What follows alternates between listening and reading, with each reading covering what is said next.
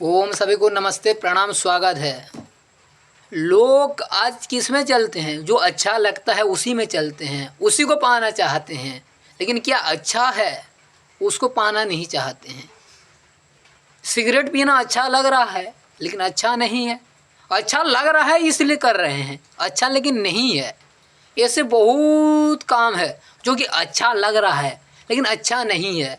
इसलिए कठोपनिषद में आता है क्या, प्रेय पथ को छोड़ करके श्रेय पथ का अपनाएं और उसी के मार्ग में हम आगे बढ़ें। पूज्य नचिकेता इतना छोटे बचपन समय में, छोटे उम्र में वो इतना त्याग तपस्या का पराकाष्ठा को छुए थे। आज कोई बाबा बना है फिर भी उतना त्याग तपस्या नहीं है। तो इसलिए हम त्याग तपस्या के मार्ग पर आगे बढ़ें। हम पढ़ें उपनिषद दर्शन को। उपनिषद दर्शन पढ़ने के बाद हमारा त्याग तपस्या में वृद्धि होती है। क्यों? क्योंकि ऋषियों का जो ग्रंथ है वो हीरा है और जो सामान्य व्यक्ति लिखते हैं वो क्या है? धूल है। धूल को लेकर के क्या करोगे? अरे भाई लेना है तो हीरा को लो। ऋषि प्रणीत ग्रंथ का अध्ययन करो। उपनिषद, दर्शन, व्याकरण, छंद, निरुक्त, बहुत सारा शास्त्र है। बस इस पुराण में फंसे हैं। लेकिन महर्षि दयानंद क्या बोले? पुराण भी जरूर पढ़ो लेकिन पहले ऋषियों का ग्रंथ पढ़ो, फिर जाकर के पढ़ोगे तो क्या अच्छा है क्या गलत आप छाड़ पाओगे कि ये गलत है इसको छोड़ो, ये सही है इसको ले लो, ये गलत है छोड़ो, ये सही है ले लो। तो आपको पता चलेगा। कब? जब ऋषियों का ग्रंथ पढ़ेंगे, उसके बाद सत्यार्थ प्रकाश पढ़ेंगे, फिर पुराण पढ़ेंगे तो आपको पता चलेगा हाँ ये ठीक है इसको ग्रहण करो, ये गलत है छोड़ो। तो इसलिए मैं बार बार निवेदन करता हूँ कि सत्यार्थ प्रकाश पढ़ें, क्योंकि सत्यार्थ प्रकाश पढ़ के मेरी बदली जीवन धारा। सत्यार्थ प्रकाश को पढ़ के मेरी बदली जीवन धारा। कोई मानता था अल्लाह को ईश्वर, कोई मानता था यीशु, कोई मानता था कृष्ण को, कोई मानता राम को।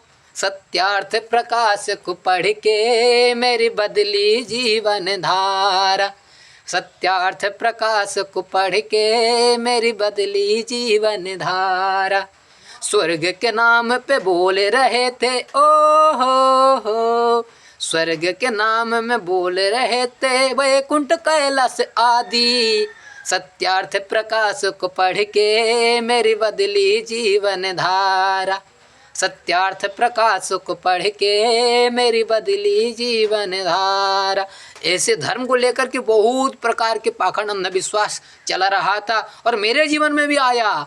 किसको मैं ईश्वर मानूं? स्वर्ग सच में कौन सा है? शिवपुरी है या कैलाश या क्या है? तो बहुत द्वंद्व था मेरे माइंड में, मेरे मस्तिष्क में। मैं सोच नहीं पा रहा था किसको मैं चुनूं। ईसाई को चुनूं, ईसा मसीह को मानूं या मुस्लिमों को जानूं और उनको मानूं, अल्लाह को? मैं बहुत द्वंद्व में था। जब सत्यार्थ प्रकाश पढ़ा मेरा जब जितना भी द्वंद्व था सब खत्म हो गया और सत्य को मैंने जाना। सत्य को इसलिए जाने कि हम प्रयास किए। लोग प्रयास नहीं करते हैं, बस कोई कथावाचक बाबा बोल रहे हैं तो हाँ ठीक है भाई चलो आंखें बंद करके उसको विश्वास कर लो। कुछ प्रमाण तर्क नहीं है। इसलिए जो तर्क और प्रमाण से सिद्ध होता है वो है सत्यार्थ प्रकाश, सत्य अर्थ का प्रकाश।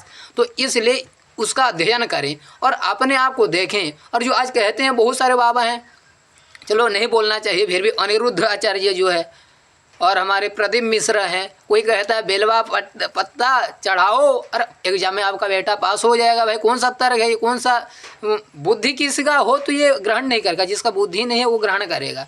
तो ऐसे अनिरुद्ध आचार्य भी कहते हैं बहुत सारे विभिन्न प्रकार की बातें। तो इनमें कुछ तर्क प्रमाण नहीं होता है।